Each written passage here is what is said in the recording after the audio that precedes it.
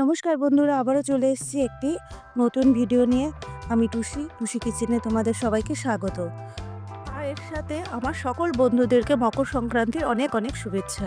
তো আজ তোমাদের আমি করে দেখাবো একটি পিঠে। তো এই পিঠেটিকে বলে মুগের পুলি বা মুগ পুলি। তো আমি কিভাবে তৈরি করি সেটাই দেখো। এখানে আমি এক বাটি মুগ ডাল নিয়েছি, ঠিক সেই বাটি দিয়ে এক বাটি জল দিয়ে এই মুগ ডালটাকে সেদ্ধ করে নেব। প্রথমে আমি মুগ ডালটাকে লাল করে ভেজে নিলাম। লাল করে ভেজে ঠিক এক বাটি জল দিয়েই, যতটা ডাল দিয়েছি ঠিক ততটাই জল দিয়ে আমি মুগ ডালটাকে সেদ্ধ করে নেব।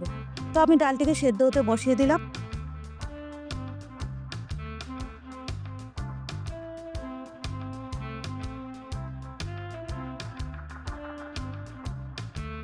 এবং এক বাটি নারকেল কুড়োনো এবং এক বাটি গুড় দিয়ে ঠিক এরকম করে একটা পুর তৈরি করে নেব।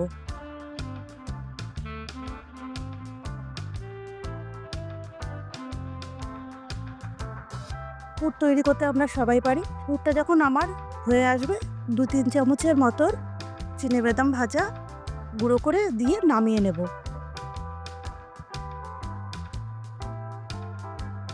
তো আমি এখানে পুরটা নামিয়ে নিলাম।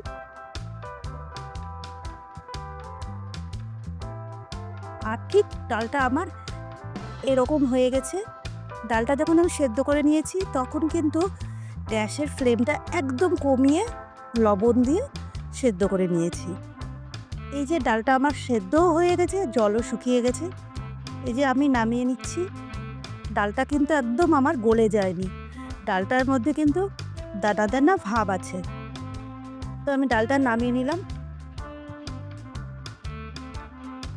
আর যে পুরটা তৈরি করেছিলাম ঠিক এরকম আকারে আমি বল করে নিয়েছি।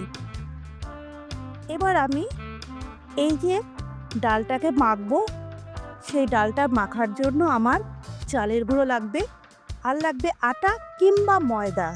তো আটা বা ময়দা আমি যেটাই দেব না কেন চালের গুঁড়োর সাথে সেটা আমি যোগ করব।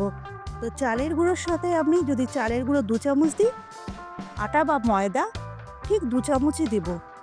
আমি এখানে ময়দার ব্যবহার করছি, তোমরা চাইলে আটাও দিতে পারো। তো ঠিক এরকম আমরা যেরকম রুটি বানাই ঠিক সেরকম হবে, এরকম করে আমি মেখে নিয়েছি। তো এখানে আমি দেখো আমি কিভাবে তৈরি করলাম। ঠিক এরকম করে একটা লেচি কেটে আমার মাঝখানে নারকেলের পুরটা দিয়ে মুখটা ঠেসে দিচ্ছি। মুখটাকে ভালো করে বন্ধ না করলে কিন্তু খুলে যাবে তেলে দিলে। ঠিক এইভাবে দিয়ে আমি পুলিগুলোকে তৈরি করে নিচ্ছি।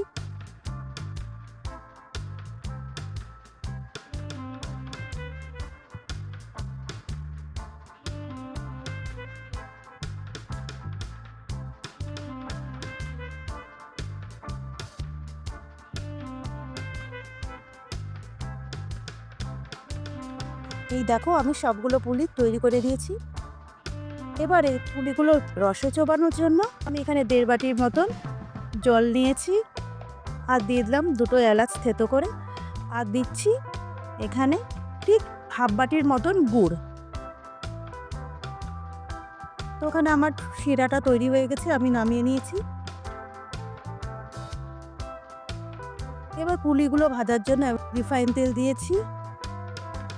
রিফাইন তেল দিয়ে পুলিগুলোকে আমি লাল করে ভেজে নেব। গ্যাসের ফ্লেমটা কিন্তু একদম বাড়িয়ে করব না।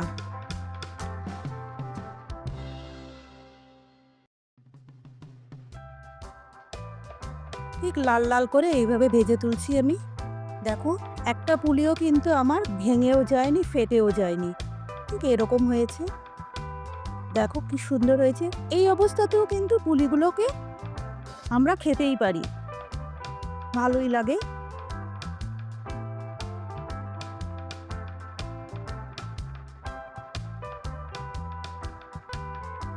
এবার এটাকে আমি আগে থেকে যে শিরাটা তৈরি করে রেখেছিলাম সেই শিরাটার মধ্যে ঘন্টা 2-এর মতো ভিজিয়ে রাখলাম।